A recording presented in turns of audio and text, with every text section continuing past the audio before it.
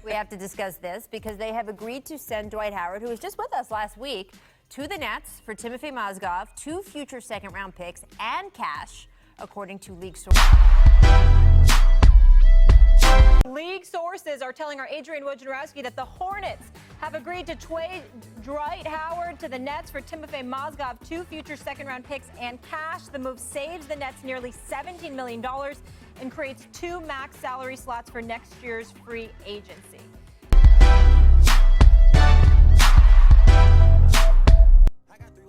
Stephen A., what does this trade tell you about Howard?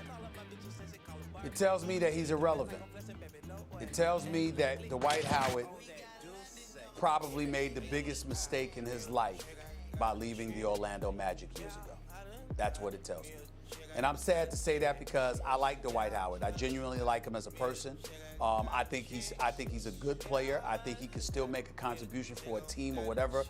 But the Dwight Howard that I knew was Superman. The Dwight Howard that I knew was one of the prolific big men in the game of basketball, who didn't worry about trying to score. He didn't mind being a defensive player of the year multiple times by dominating on the defensive end of the floor with rebounding and blocking shots and making his name that way. And I think he had the world at his feet when he was with the Orlando Magic, when he got them to the finals against Kobe and the Lakers back in 2009. The world was his.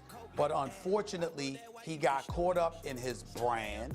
It was about making money. I can't knock him for that. But basketball, not saying it wasn't important because it's always been important to him, but also maximizing the potential of it on Madison Avenue per se, or in Tinseltown or anywhere else. At one point in time, that appeared to be just as important. He ultimately went to Houston instead of staying in LA. We get all of that, and obviously things didn't work out there, and James Harden wanted him out, and it turned out to be the right decision by them because Clint Capella is better for that system than Dwight Howard ever was. But in the end, what it comes down to, Max, is that every time I see Dwight Howard in a different location, I'm saddened, because had he stayed in Orlando, none of this would have been the case. He was the man in that city. He was the man for that organization, and I think that his zest to leave and be in a bigger market per se severely has compromised his career. I understand why you say that, but I disagree. First, let me say I think it says a lot about the Nets. Prokhorov tried to Steinbrenner the Nets. Doesn't work in a cap league. Now they got to dig themselves out. I think they're doing a good job. I think what this says about Dwight Howard, Stephen A., I agree with the sentiment about leaving Orlando, but let's look at what really happened.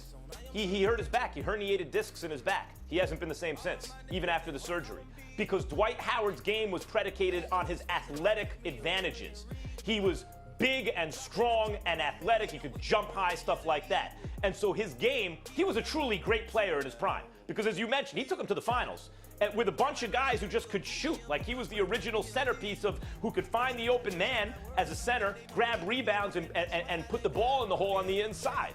But he never really had a refined game. He wasn't a skillful player. He was an athletic player. And once the back injury occurred, he was a less athletic player, still without many skills offensively. And so that was one thing. And you know, he was never the same because he hadn't developed skills. He relied on his athletic ability. The other thing is the league changed. They started playing 5 out, and the kind of more classical center, at least in terms of his positioning, became less important. By the way, the league changes hurt Carmelo Anthony too. Guys who were truly great players once upon a time in this league, even if they were at their very best, would no longer be first-team All-NBA type players. They might still be all-stars, but lower tier. So I think that's with Dwight. What it tells you about Dwight is the injury changed him forever as a player, and the league also changed out from under his feet.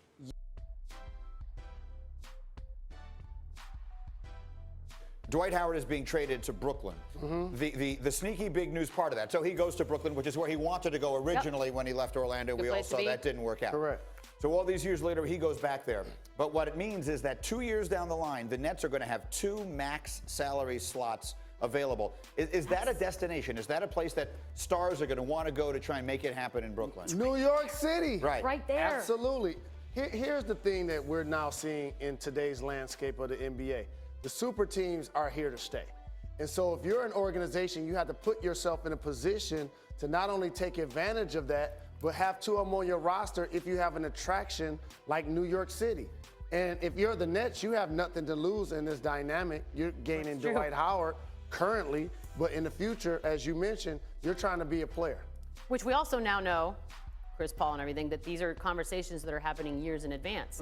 So now that gets out, that we now know that in 2 years, Brooklyn will have 2 max openings. That's a big deal. I think that's a big deal. Yeah, we keep looking back because that's Brooklyn. I know. I keep looking at Brooklyn. Like And they finally get their own picks again starting next year after they got fleeced by Danny Ainge. Yeah, they've made a mess of that organization for a while. It took them a while to bounce back, but that will be the time that they get a chance to do it. We'll see if they're able to. Shout Again, out to the big Sean story. Marks, Kiwi. Oh, there you go. Dwight Howard traded from Charlotte to Brooklyn.